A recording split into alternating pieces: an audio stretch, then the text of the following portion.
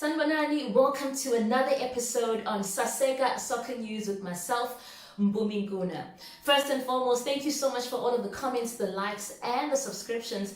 If you haven't subscribed to my YouTube channel as yet, please do so on the details right now. So, let's talk about the Soweto derby. Yesterday, on the 30th of January 2021, Orlando Pirates as well as Kaizer Chiefs took each other on yet another Soweto derby. And man, oh man, what a feast it was. So I just want to do like a post-match review of the game and talk about the highs and the lows that we saw.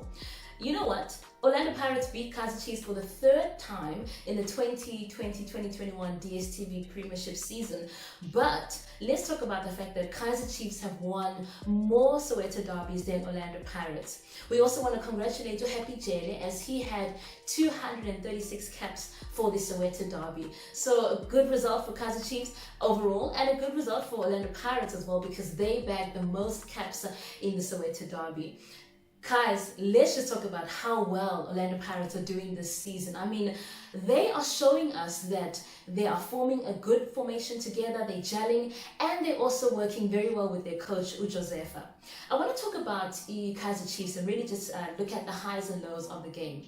Firstly, for me, I'm really loving Umanyama. I mean, Ulebahang Manyama, he's showing so much confidence when it comes to him getting the ball, going at that midfield. He's controlling the midfield as well, passing, looking to see who can I give the ball to. And when he gets into the box, he's taking those chances. Now, a lot of people said that the 90 minutes, what Manyama did, that he was very selfish. I actually disagree with that. Let's look at Umanyama, guys. He's been playing at the team, he's been a substitute, sometimes he doesn't start, and now he's saying, I'm fighting for my position, and I want to show the fans that Ningatuma Mina, you can trust me. Should he have passed? Is Chiefs under pressure to score? Yes, but that shouldn't be on Umanyama. I think that Umanyama is really showing us, guys, that he is the player to watch. Another player that I really want to zone in on is Norkovic. Wow, the way that guy can handle aerial balls. I mean, he is so skilled. He's got the height, he's got the skill, and he's also got the confidence. He is a player that we should definitely not sleep on, and he did very well in yesterday's game. Things that I think Kaizer Chiefs should work on is their shots on target. They had more shots on target than Orlando Pirates, but they are not converting them. And they have the players. So now it's all about, guys, let's practice this when we get to practice so that when it's time for the games, we can score. And they've been scoring in their past games. So I think they were just a bit rattled by Orlando Pirates yesterday that they couldn't really get their ducks in a row, so to speak. All right. Let's talk about the 51st minute when Norkovic missed that penalty. Norkovic is a seasoned player. He's an international player. This is not something that is new to him.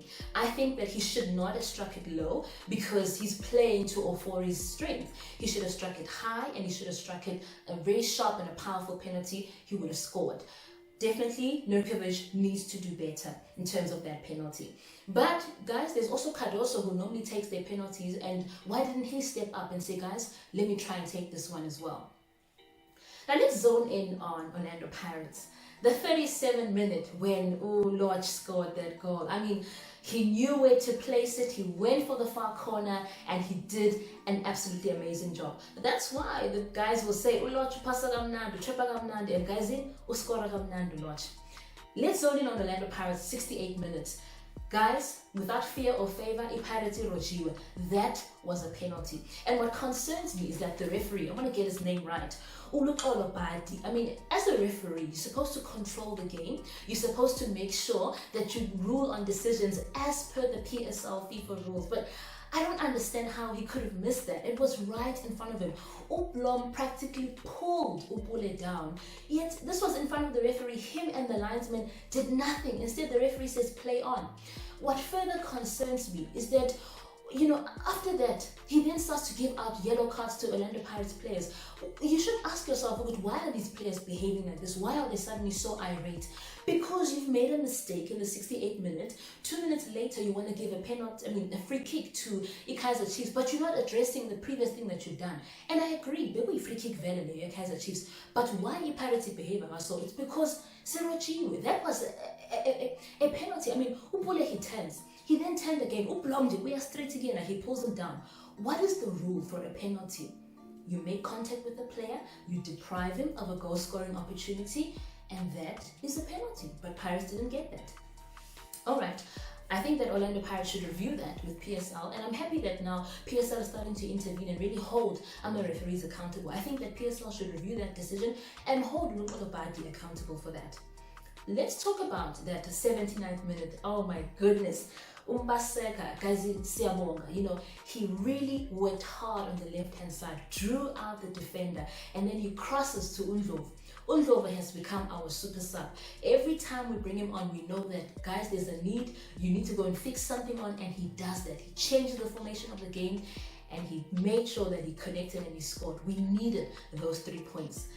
A guy was not even in the picture. I mean, he just looked at the goals going in, and then afterwards it was just like, you know what? Hi Gabi, it's already in. So shout out to Undlovu for really scoring that goal and putting Pirates on and making sure we get those 3 points. But also, let's not forget Umpaseka, what he did. Chiefs came back on the 84th minute and they scored.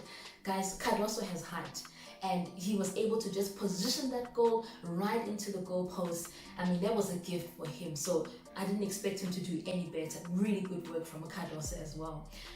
For the last 6 minutes, we were on our seats like, hi, Kaizer Chiefs could come back here. What's going to happen?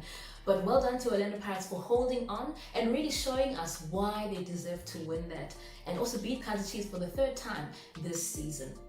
Overall, I want to say this, that Kaizer Chiefs, guys, don't write them off just yet. I know Gavin Hunt is taking a lot of criticism on his substitutes, which really he's not thinking overall, but remember, he doesn't really have the luxury of choice. I would have loved to see more playing from Umanyama, really going for the goals as well, more shots on target for Kaizer Chiefs, but I think it wasn't a bad result for them.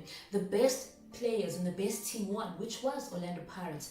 And they really showed us why they've been consistent throughout the 2020-2021 season. I would like to say, the next time these two teams meet, it's going to be a different result because now they've seen each other. So Pirates, you have to work harder to be consistent and to stay on top of your game. But Kaizer Chiefs have seen what they need to work on, especially when they play Orlando Pirates. And I'm telling you, we're going to see more exciting and entertaining football.